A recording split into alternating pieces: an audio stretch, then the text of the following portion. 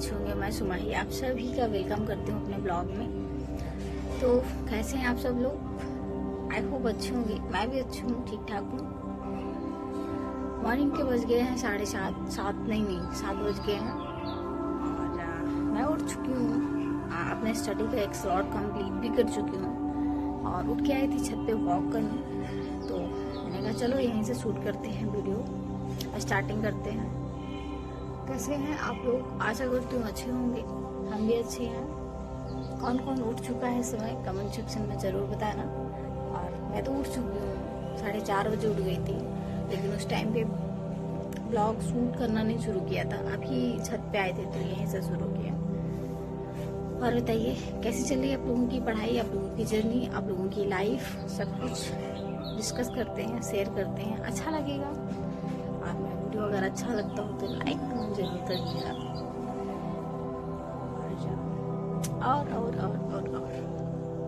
और सारी चीज़ें जो लोग भी कमेंट मेंशन करते हैं मैं उनका सभी का रिप्लाई देती हूँ। ऐसे ही बने रहिएगा ब्लॉग में। ब्लॉग पूरा शूट करने के बाद मैं एडिट करके डालूंगी। तो मिलते हैं थोड़ी देर बाद।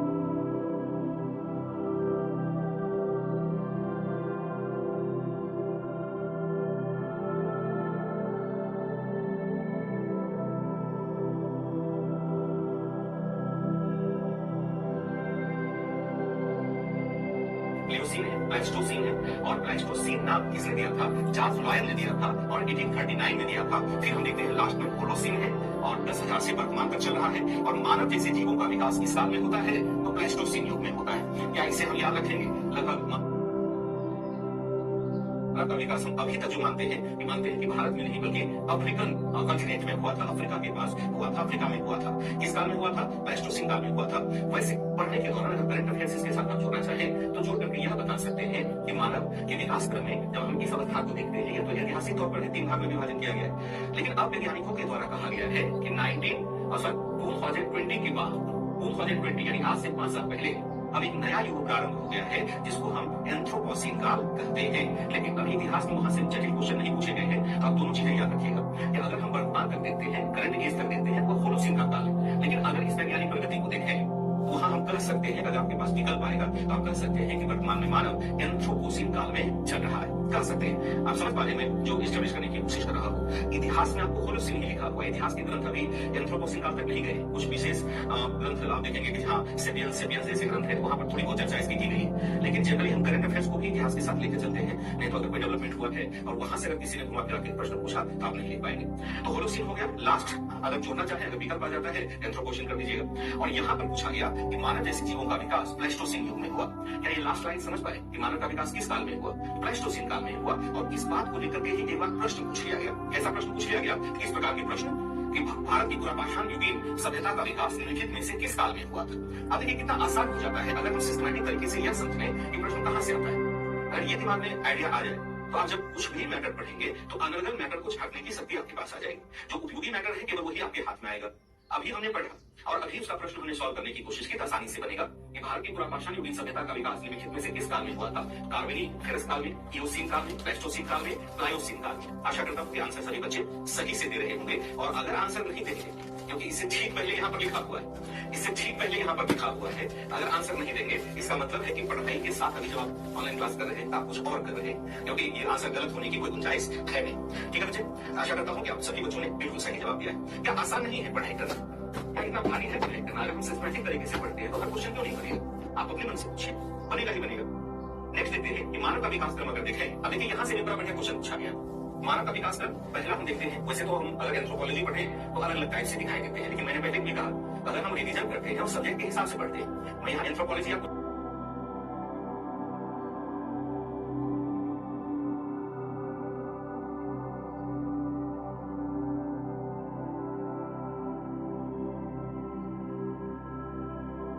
Hello hello hello.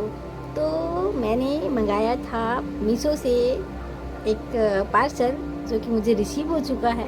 देखते हैं इस पार्सल के अंदर क्या है और कैसा प्रोडक्ट आया हुआ है। तो फ़िलहाल मैं आप लोगों को रिवील कर दूं कि मैंने मंगाया था एक बेडशीट और काफ़ी प्यारा लग रहा था, कलर भी हल्का लग रहा था और अच्छा लग रहा था, मुझे बहुत ज़्यादा अच्छा लग रहा था। तो मैंने ये बेडशीट मंगाया हुआ था। कैसा लग रहा है कमेंट बॉक्स में ज़रूर बताइएगा। और क्या, मैं पूरा इसको मतलब खोल के दिखा रही हूँ। अगर आप लोगों को चाहिए तो इस ब्लॉग में नीचे जाके पीपी कमेंट करिएगा। मैं आपको कमेंट में ही लिंक दे दूँगी, तो आप लोग वहाँ से परचेज़ कर लीजिएगा। मीशो से मंगाने का पर्पज़ ये था कि ज़्यादा कॉस्टली नहीं पड़ता है और एक अच्छे बजट में मिल जाता है, ठीक ठाक मिल जाता है। तो ये मुझे बहुत ज़्यादा अच्छा लगा। आप लोगों को अच्छा लगा हो और जिसको मंगाना हो वो कमेंट में जाके पीपी करे और मैं लिंक दे दूँगी। ठीक है, तब तक के लिए ब्लॉग को एंजॉय करिएगा। Thank you.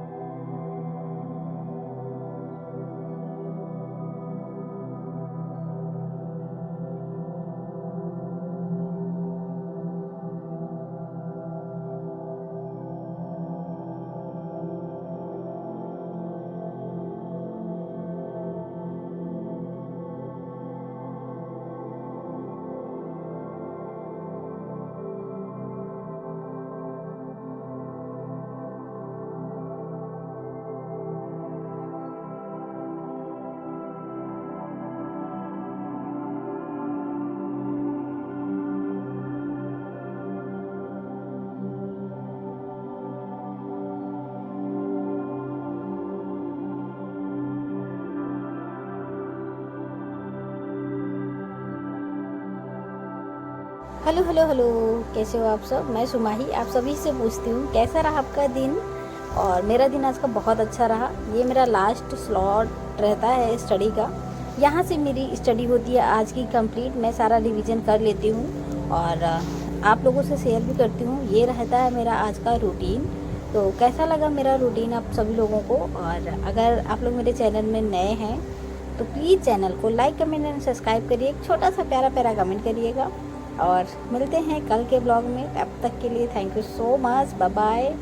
और अपनों का ख्याल रखना। Thank you so much, bye, take care. और लास्ट में ब्लॉग के एंड में कमेंट ज़रूर करना, ठीक। उस कमेंट से मुझे बहुत अच्छा लगता है। तो मिलते हैं नेक्स्ट ब्लॉग में, बाय बाय। अच्छा सुनो, गुड नाइट कौन बोलेगा? Good night.